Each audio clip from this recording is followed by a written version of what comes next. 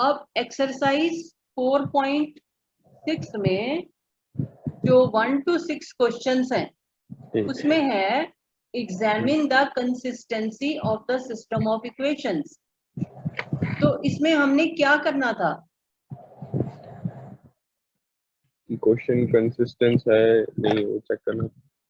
ये चेक करो कि कंसिस्टेंट है या नहीं है। तो जब तुमने इसका फर्स्ट पार्ट किया तो उसमें तुमने कंसिस्टेंट के लिए हमको क्या देखना होता है? दो पॉसिबिलिटीज हैं, या तो डिटरमिनेंट ए 0 होगा या डिटरमिनेंट ए नॉन 0 होगा। ठीक है ना? अगर determinant A not equal to 0 होता है तब क्या होता है? नॉट इक्वल टू में तो फिर वो हो गया, कंसिस्टेंट हो गया। कंसिस्टेंट हो गया, ठीक है। हाँ तो ये तो ठीक हो गया, कंसिस्टेंट हो गया। ठीक है, consistent. If determinant A not equal to 0, then consistent with unique solution. Unique मतलब एक ही आंसर होता है उसका। अगर डिटरमिनेंट A इक्वल टू 0 हो तो find adjoint A into B. तो अब एडजॉइंट A इंटू बी से कैसे पता चलेगा कि वो हमारे पास कंसिस्टेंट है या इनकंसिस्टेंट है? एडजॉइंट A इंटू बी अगर हमारे पास नॉट इक्वल टू 0 है, ठीक है, दो पॉसिबिलिटीज है ना, या तो 0 मैट्रिक्स होगी या नहीं होगी। If adjoint A into B not equal to 0, then system of equations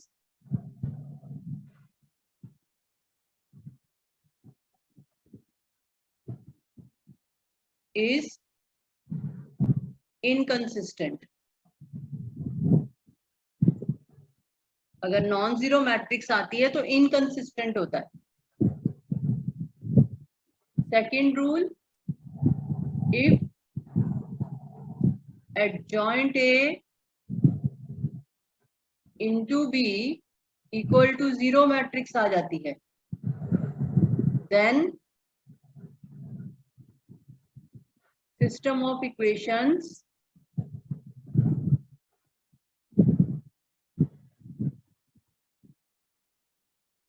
is either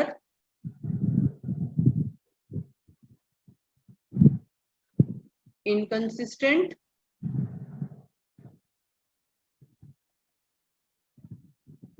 इस केस में इनकंसिस्टेंट भी हो सकता है और कंसिस्टेंट विथ, अगर कंसिस्टेंट होता है तो उसके इनफाइनाइट सॉल्यूशंस होते हैं।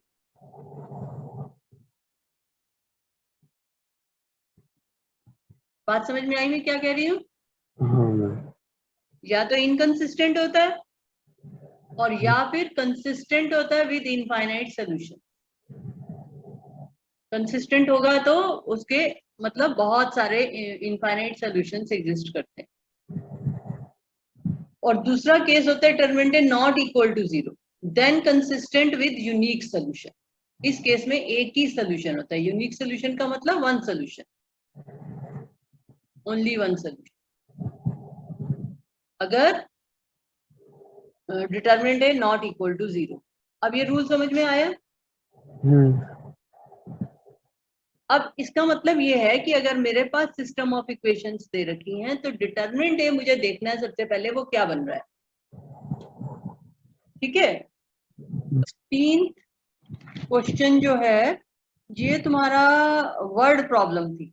ठीक है, तो वर्ड प्रॉब्लम में पहले तो ये XYZ तुमने लिया क्या है ये लिखना होगा ऊपर। इक्वेशन कैसे बनी? तुम्हें तो दे रखा है cost of 4 kg onion, 3 kg beet, ऐसे दे रखा है। ये सब दे रखा है ना। तो यहाँ पर XYZ तुम क्या ले रहे हो?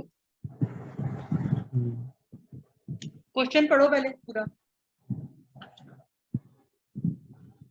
क्वेश्चन क्या है? क्वेश्चन है the cost of 4 kg onion and 3 kg wheat and 2 kg rice is 60 rupees and the cost of 2 kg onions, 4 kg wheat and 6 kg rice is 90 rupees. Then cost of 6 kg onions and 2 kg wheats and 3 kg rice is 70. Find the cost of each item per kg by the matrix method. हाँ, तो अब इसको underline करो, find cost of each item पर KG. ठीक है, तो अब ये जो तुम लिख रहे हो 4x plus 3y plus 2z, तो इसमें XYZ क्या है हमारा? ऑनियन, व्हीट हाँ, and rice. Onion, wheat and rice का क्या? मतलब हेलो, मतलब ऑनियन व्हीट ये तो मैंने मैम लेट कर दिया ना मैंने कि जो ऑनियन है वो एक्स है और अनियन जो एक्स कैसे हो सकता है? अनियन का क्या एक्स है? अनियन का वेट एक्स है, अनियन की क्या चीज एक्स है? एक्स क्या चीज है? लास्ट लाइन में देखो क्या लिखा है, कॉस्ट ऑफ, कॉस्ट। तो हमें क्या निकालना था? कॉस्ट निकालनी है। कॉस्ट पर केजी, हाँ। है ना? हम्म। तो हमें कॉस्ट पर केजी निकालनी है, हम एक्स वाई जेड निकाल रहे हैं, तो एक्स वाई जेड हमारा क्या है यहाँ पर? Cost, cost per KG, cost per KG. है ना? तो हम हाँ। क्या लेट करेंगे? Let let hmm let x equals to be the cost of onion. Let cost of onion per KG be x rupees x, ऐसे करेंगे ना? Let cost of onion per KG be rupees x, यही करोगे ना? तभी तो तुमने 4x किया, 4 केजी अनियन था, तुमने 4x उसकी कॉस्ट ही तो करी।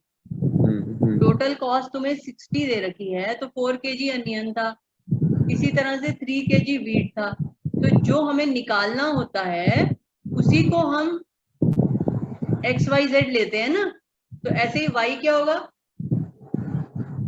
y cost of wheat per kg be y rupees y. Next, cost of cost of rice per kg be rupees z. ठीक है, तो ये अब तुमने सॉल्व करके XYZ की वैल्यूज एंड में निकाल दी, तो अब आंसर तो लिखोगे ना? आंसर क्या लिखोगे इसमें? क्या जो क्वेश्चन में पूछा गया वही आंसर लिखना होता हमें। तो तुम्हारे पास आया x equal to 5, y equal to 8 and z equal to 8। तो अब आंसर क्या लिखेंगे? आंसर के नंबर होते हैं वर्ड प्रॉब्लम में हमेशा। क्या लिखोगे? मतलब क्या मतलब आंसर लिखना पड़ेगा ना वर्ड्स में, जैसे छोटी क्लास में लिखते थे। अच्छा अच्छा, सो 1 kg पर x है ना, सो kg onion equals to 5. Cost of 1 KG onion 1 kg is 5. या ऐसे लिख सकते हो cost of onion, Cost of onion brief में लिखने के लिए cost of onion, wheat and rice is ₹5 per kg, comma ₹8 per kg and ₹6 per kg respectively.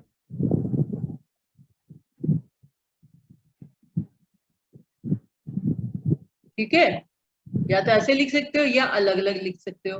Cost of onion per KG is ₹5, cost of wheat per KG is ₹6 and cost of rice per KG is ₹6 और wheat 8। तो ये answer के number होते हैं paper में, ये नहीं कि तुमने XYZ निकाल लिया काम खत्म हो गया, और ऊपर भी XYZ लेके चलना है। क्वेश्चन नंबर 3 में वेरीफाई करना है A into adjoint A equals to adjoint A into A equals to determinant A into I. तो हमें ये शो करना है कि ये तीनों इक्वल है, ठीक है।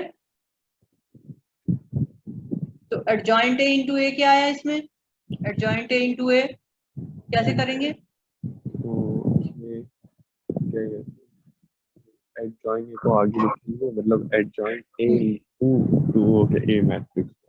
हाँ लिखो।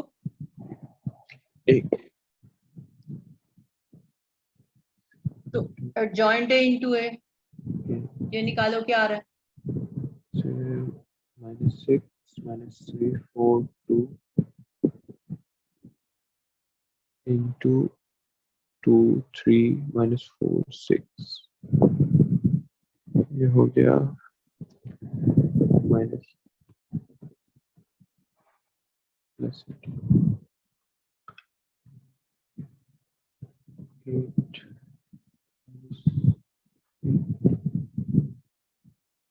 जीरो मैट्रिक्स आ रहा है ये भी, ठीक है। अब थर्ड क्या निकालना है हमें? हमें थर्ड निकालना है। अब इसमें हमें निकालना है एडजॉइंट A इंटू, नहीं, डिटर्मिनेंट A इंटू I। हाँ तो पहले डिटरमिनेंट ए निकालो। -12। हाँ तो मैम ये तो फिर 0 आ गया।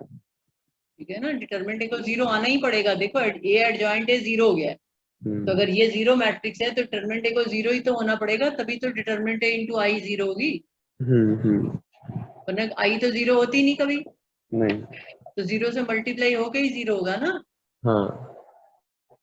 तो डिटरमिनेंट ए इंटू आई भी 0 हो गया, ठीक है। तो ये भी वही 0 मैट्रिक्स लिख दो, चाहे ऐसे 0 लिख दो, एक ही बात है वैसे तो, चाहो तो वैसे ही लिख दो 0 0 0 0। तो अब ये 1, ये 2, ये 3, ठीक है। तो अब लिखेंगे देयरफॉर फ्रॉम 1 2 and 3 A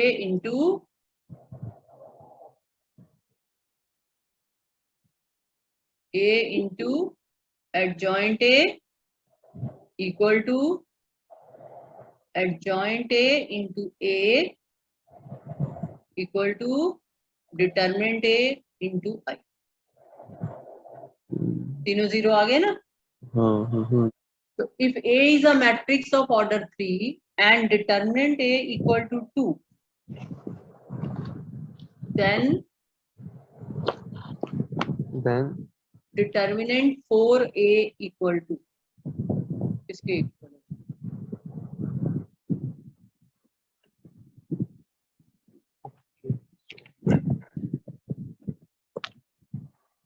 ये हो जाएगा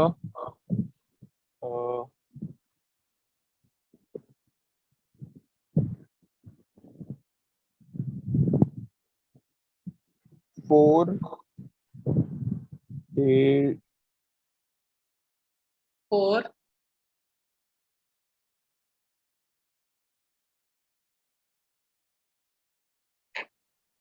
ये फॉर्मूला ऊपर दिया है मैंने। हाँ तो ये 4A 4A बस, 4A 4 की हाँ पावर क्या आएगी? हाँ तो 3 आएगा। हाँ तो क्या आएगा आंसर? तो ये हो जाएगा 4 रेज टू 3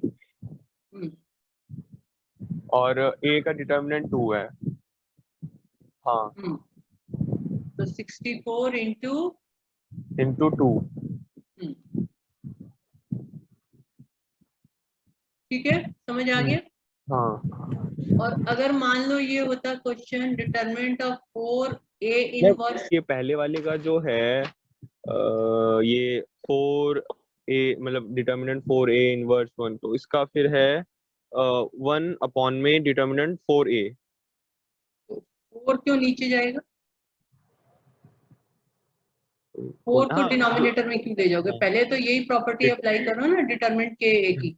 हाँ हाँ, तो वो 4 इधर मल्टीप्लाई में रहेगा और सिर्फ ए चले जाएगा नीचे। तो 4 की पावर क्या आएगी?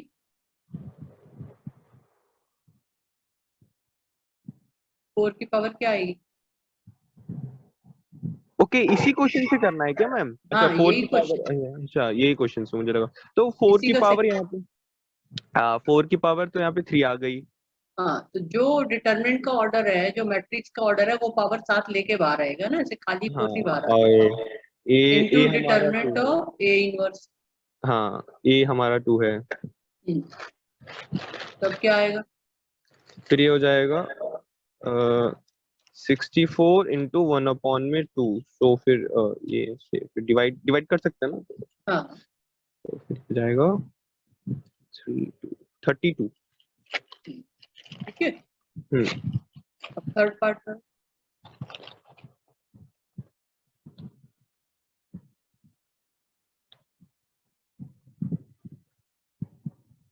ये मैम, इसका क्या कहते हैं, एडजॉइन, जो एडजॉइन ए है इसका हो जाएगा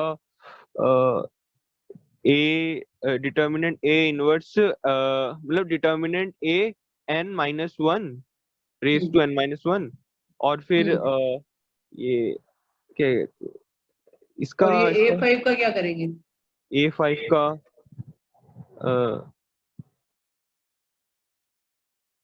डिटर्मिनेंट पी क्यू क्या होता है? अगर P और Q दो मैट्रिसेस हैं तो हाँ, डिटर्मिनेंट पी क्यू क्या होता है? डिटर्मिनेंट पी क्यू होता है होल का पी क्यू ना, हम्म, दोनों के हाँ तो वो हो जाता है determinant P into determinant Q.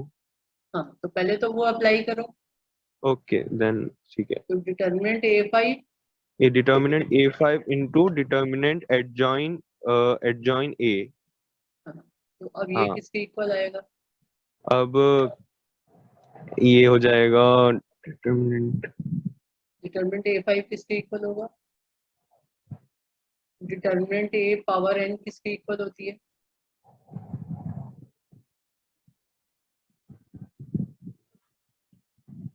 इसका इसका याद नहीं आ रहा, डिटर्मिनेंट 5A, नहीं। डिटर्मिनेंट A पावर n का मतलब A इंटू ए ही तो होता है, प्रोडक्ट ही तो होता है। जैसे PQ प्रोडक्ट है, ऐसे A to the okay power okay n भी तो A ओके, इंटू हाँ ए ही हाँ है। हाँ हाँ हाँ। तो क्या बनेगा ये? तो इसको तो फिर उतने बार मल्टीप्लाई थोड़ी करेंगे ना मैम।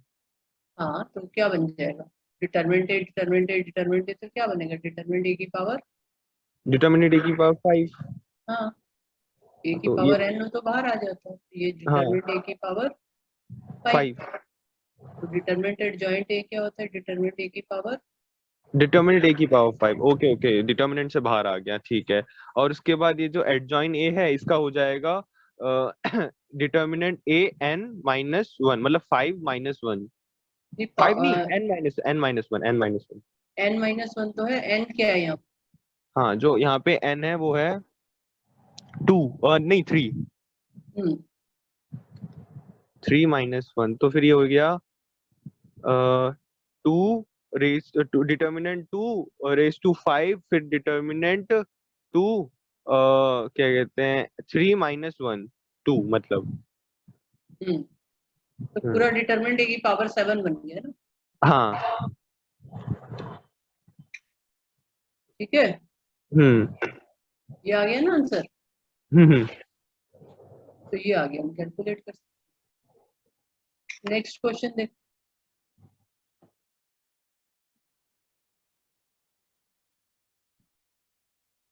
ध्यान से पढ़ो और बताओ कैसे। क्या मैम? नेक्स्ट क्वेश्चन पढ़ो। मैम ये इसका आंसर 4 होगा। हेलो, हाँ इसका मैम शायद इसका आंसर इसका हाँ, 4 कैसे किया बताओ, कैसे किया? तो जो क्या कहते हैं, इसमें दे रखा है एडजॉइन ए, इसमें दे रखा है 6-5, ठीक है। हम्म, और जो 6-5 है, और जो adjoint A, determinant adjoint A का जो फॉर्मूला आ जाता है वो होता है adjoint adjoint A equals to, फिर वो हो जाता है हमारा determinant A raise to n minus one, और डिटर्मिनेंट हमें a दे रखा है 5। सो फिर जस्ट पुट करके डिटर्मिनेंट a इक्वल्स टू 5 यहाँ पे, फिर हमें फिर यही चेक करना है कि 5 के कौन सी पावर में फिर क्या कहते हैं 6 to 5, देन वो 4 में आता है। 4 में आता है, तो m की वैल्यू क्या है? ये बनेगी ना इक्वेशन। वो तो स्क्वायर मैट्रिक्स है ना। हाँ, तो इक्वेशन तो ये बनेगी ना, 5 की पावर m माइनस 1, हाँ। और वो 5 की पावर 4। तो फिर ये m का आंसर क्या आएगा? 4 m ऐसे की कुछ। क्या वैल्यू हो कि आंसर 4 आ जाए? m की जो वैल्यू हो वो हो m की वैल्यू 5। जब बेस सेम होता है तो पावर सेम होती है, हाँ। तो m इक्वल टू 5 आ गया ना। हम्म। 4 नहीं, आंसर क्या होगा? 5। आंसर 5। ठीक है, समझ आई बात? हम्म। अब नेक्स्ट करो।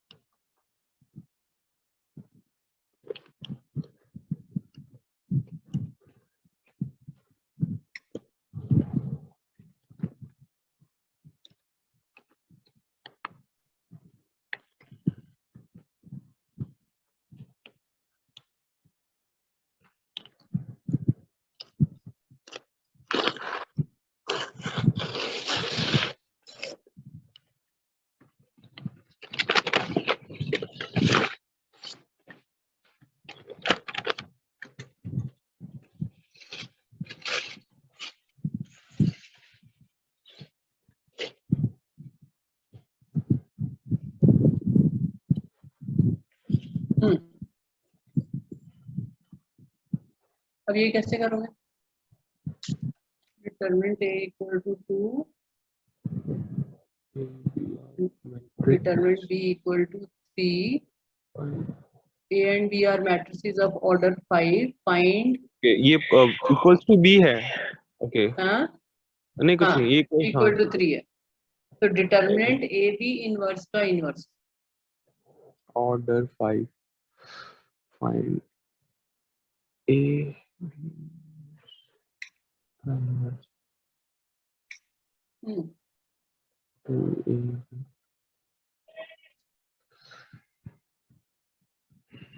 अब तुम्हें कौन सा फॉर्मूला पहले लगाना पड़ेगा? पहले डिटर्मिनेंट का। पहले डिटरमिनेंट का नहीं, पहले ये अंदर देखो क्या है। पहले अंदर वो है ए, क्या कहते हैं, ए इंटू बी इनवर्स। और होल इनवर्स। हाँ, फिर होल इनवर्स। तो ए बी इनवर्स का इनवर्स, हाँ। ये क्या होता है? ए ए ये तो फिर वही आ जाएगा, ए इनवर्स आ जाएगा ए का। पी क्यू देन फिर इनवर्स क्या होता है?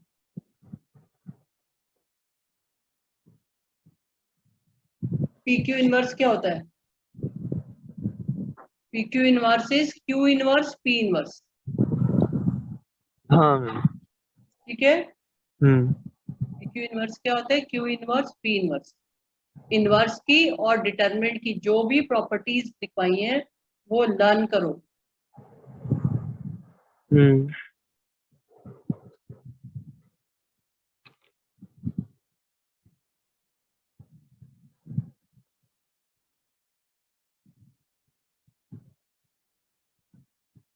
ठीक है, हम्म। तो पी क्यू इनवर्स होता है क्यू इनवर्स पी इनवर्स, तो वो यहाँ पर अप्लाई करो, क्या बनेगा ये? फिर ये हो जाएगा B A inverse, A inverse पहले आएगा। B B inverse inverse hmm into A inverse. हम्म तो फिर बी का तो बी हो जाएगा, बी हम्म इनवर्स इनवर्स का, और देन ए का इनवर्स हो जाएगा हमारा वन, क्या कहते हैं, 1 अपॉन में ए। 1 अपॉन ए नहीं लिखते, अगर लिखते हैं। डिटरमिनेंट होता है तो 1 अपॉन डिटरमिनेंट ए लिखते हैं। अच्छा पर ए ठीक। इनवर्स को 1/a नहीं लिखते, वो ए इनवर्स ही लिखा जाता है। ठीक है, अब ये है डिटर्मिनेंट ऑफ दिस। हाँ तो determinant of A B inverse का इनवर्स इक्वल टू, ये हमारा आ गया डिटर्मिनेंट बी ए इनवर्स। तब डिटर्मिनेंट बी ए इनवर्स किसके इक्वल होगा? डिटर्मिनेंट बी इनवर्स होगा डिटर्मिनेंट बी एंड फिर होगा 1 में ए डिटर्मिनेंट। हाँ, तो determinant B upon determinant A. ठीक है, तब डिटर्मिनेंट बी किसके इक्वल है? डिटर्मिनेंट बी हमारा इक्वल है 3 के। और डिटर्मिनेंट ए किसके इक्वल है? डिटर्मिनेंट ए 2 के। तो 3/2 आंसर है। हाँ अब सेकंड पार्ट देख, डिटर्मिनेंट टू ए बी।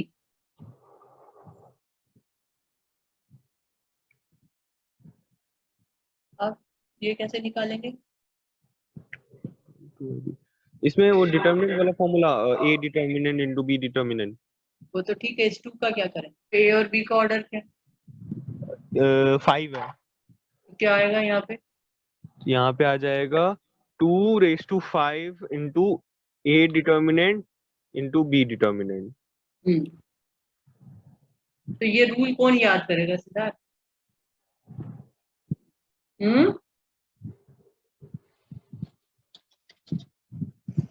अब डिटर्मिनेंट ए क्या है? डिटर्मिनेंट ए 2। हाँ, और डिटर्मिनेंट बी 3। ये कितना हो गया? 2 3 just 6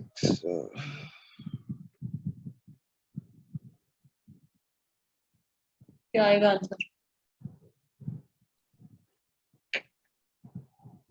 32 इंटू 6 19 192।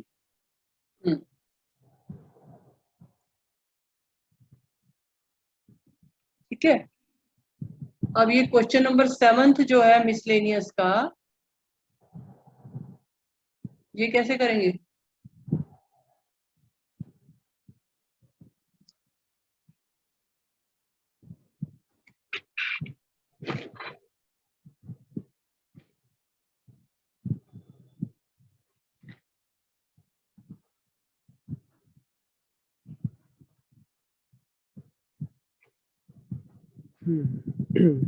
इसलिए इसका इसमें पहले तो हम अच्छा इसमें इनवर्स ए दे रखा है और इसमें बी इनवर्स बी दे रखा है, लेकिन बी इनवर्स नहीं दे रखा। तो पहले तो हम बी इनवर्स निकाल लेंगे। उसके बाद फिर जब बी इनवर्स हमारा निकल जाएगा उसके बाद हम उसको वो कर देंगे, इनटू कर देंगे क्या कहते हैं उसके साथ, हाँ ए के साथ, ए इनवर्स के साथ। तो कैसे करेंगे इनटू, ये भी तो बताओ। तुम्हें निकालना है ए बी इनवर्स। हाँ, A B inverse equal to A B inverse equals to B inverse into A inverse. ठीक है ना? तो अब ए इनवर्स तो यहाँ एज इट इज पुट हो जाएगा। हाँ, और बी का इनवर्स निकाल के यहाँ लेफ्ट साइड में लिख देंगे। और फिर दोनों को मल्टीप्लाई कर देंगे, फिर आंसर आ जाएगा। ठीक है, समझ आ गया? हाँ मैम।